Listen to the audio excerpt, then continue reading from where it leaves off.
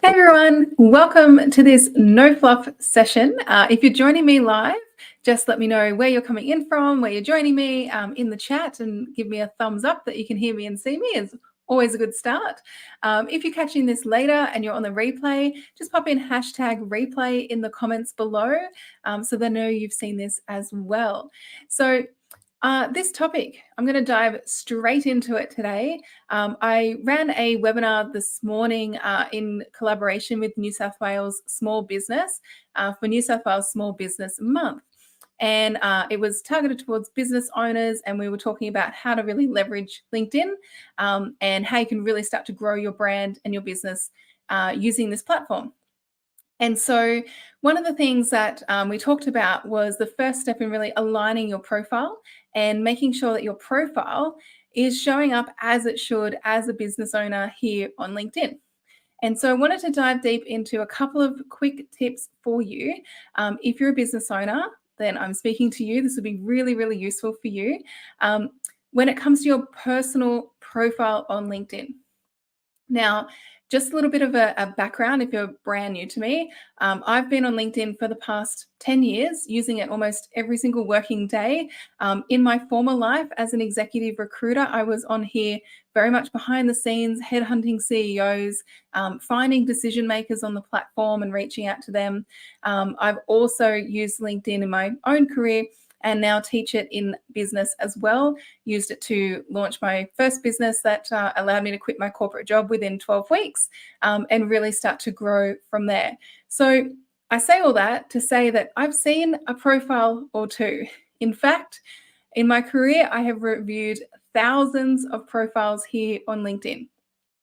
And I think it's really important as a business owner that we take a bit of a different approach when it comes to our profiles, particularly if you're someone like me who's coming from the corporate space in a full-time role and then making that transition out into your own business.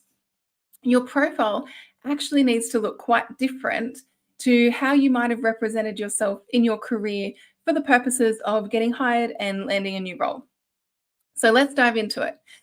So the first thing when it comes to actually creating a profitable profile as a business owner is we want to make sure that we're really specific. Okay. Now, this might seem obvious, but when I look at some people's profiles, apparently it's not. And so I want to make sure that when you're thinking about your profile, an easy trap to really fall into is thinking that we have to appeal to everyone. Now, there are over 930 million users on LinkedIn right now. And I guarantee you it's impossible to try to appeal to everyone in your profile. So what you really want to do is think about, well, who is that exact person that you want to read your profile and you want to take that next step with you and start connecting and communicating with. And often what we find is they're our premium clients or our premium customers that we love working with, the ones that pay us on time, the ones that we love communicating with, the ones that we know we can add a lot of value.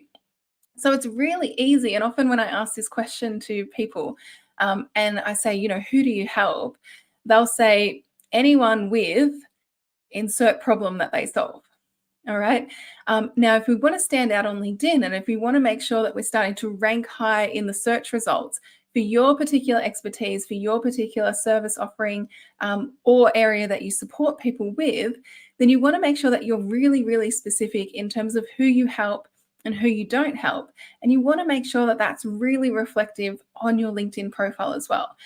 Because the idea is that we get people that come onto our LinkedIn profile and the ones that know it's for them, they can instantly in their head raise that, nod their head and tick off a few little boxes to say, okay, this is sounding like me. I'm experiencing some of these challenges. I'm experiencing some of these problems. This person must be a really good fit to work with. Or I want to get to know more about what it might be like to work with that person because they seem like they really understand me.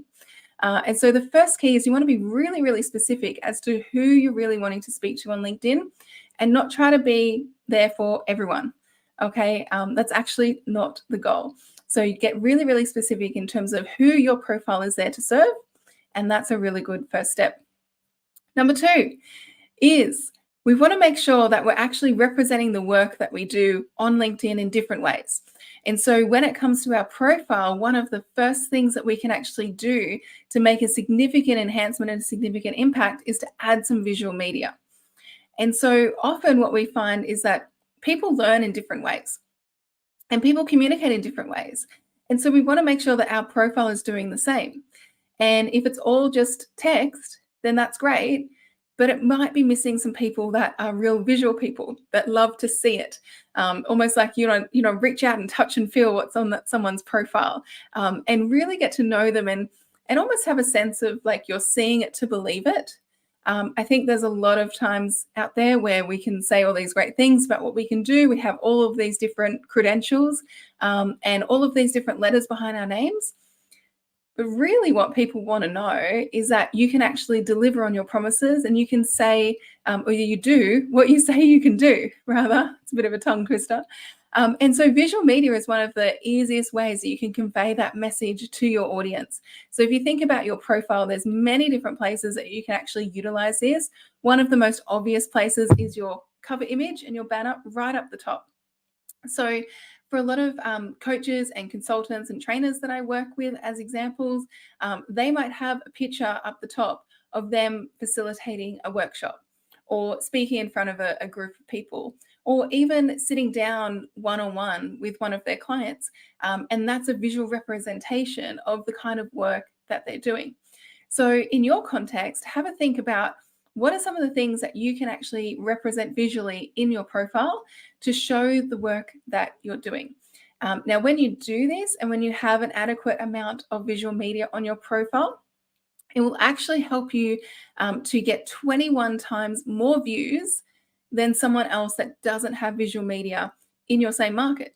So it's a really, really good way that you can start to stand out amongst all of the other profiles out there and all the different competition or other people that might be doing similar things to you, is simply having visual media on your profile. All right, so that is number 2. Number 3, kind of continuing on from the imagery, is we want to make sure that we've got social proof and recommendations. Again, in today's day and age, we have access to so much information at our fingertips. And we want to make sure that we're actually giving people access to the information that they're requiring or that they need from our profile. So the big picture idea, if you're building your profile as a business owner, the big picture is we actually don't want to create a resume. All right, we actually want to create more of a landing page or more of a lead generator for your business. And so this is through your personal profile as well. So if you've got company profiles and things, totally okay. But what I'm focused on with you in this quick session is all about your personal profile. And leading with your personal profile is actually very, very worthwhile as a business owner as well. And that's something that I work on with people too, is really sort of grow their personal brand as the founder and the owner of the business. Now, when you have social proof, when you have recommendations on your profile, then it helps to mean that you don't have to convince people of the work that you do or that you're great at what you do. Other people can simply help to convince people for you. All right. So often we can, yell from the rooftops about how great we are and all the work that we're doing. Or you might be on the other side of the spectrum where you kind of feel that that's kind of embarrassing, or you're a bit shy, or you don't want to seem like you're bragging, or you don't want to seem like you're, really putting yourself out there. And so having social proof and having recommendations on your profile means that others can actually do the talking for us. And so there's actually a section for recommendations. You can ask people in your network, ask people that have worked with you before, previous clients, current clients, and get them to write some recommendations for you so that when people land on your profile, they're already kind of sold on you and the work that you can deliver and the promises that you make before you've even had a conversation. All right, really, really helpful. So you want to make sure that you have that there as well. Next, right, we want to make sure that while we've got all of this great information on our profile, the big key driver of whether your profile is actually going to be something that sits there and collects what I call internet dust and kind of just sits there and people can read it and then maybe move on to the next thing, or becomes a real tool that you can use in your business to generate leads and opportunities, maybe partnerships, all sorts of different things, is whether or not someone has a very clear next step with you. And again, this might seem super obvious, but it's amazing how many people can miss this, right? When we're thinking of all the other things and we kind of overcomplicate it. And in actual fact, what we want to do is we want to make sure that our LinkedIn profile is directly connected to our sales process. And we want to make sure that we've got a very easy flow, very easy way that people can take that next step with us, from being able to just view our profile, get to know a little bit more about us, and then be able to take that next step to potentially working with us as well. And doing it in a way where it feels really authentic and natural. It doesn't feel forced, or it doesn't feel like it's really pitchy or salesy or things like that as well. So there's definitely ways that you can do that on your profile. But the key is you want to make sure that you actually have that next step. So there's a few quick tips for you. I'd love to hear in the comments what one did you find most useful for you as a business owner. If you've got some other tips for profiles as well, other things that you think are important or that stand out to you on someone else's profile when you have a look at them, drop it in the comments below as well. I'd love to hear. And if you're someone who just kind of feels like, hey, I'd rather just an expert take this off my hands, I don't really have time to kind of find the words to say, or I don't know the right words to say for my profile and how to really position myself with my profile as a business owner, then reach out, send me a message, or drop a comment below with the word profile, and I'll get you some further details of how we might be able to support. So I hope that's been useful. Let me know as well if there's other topics you want me to cover when it comes to LinkedIn and business strategies. And I look forward to seeing you next time. Bye for now.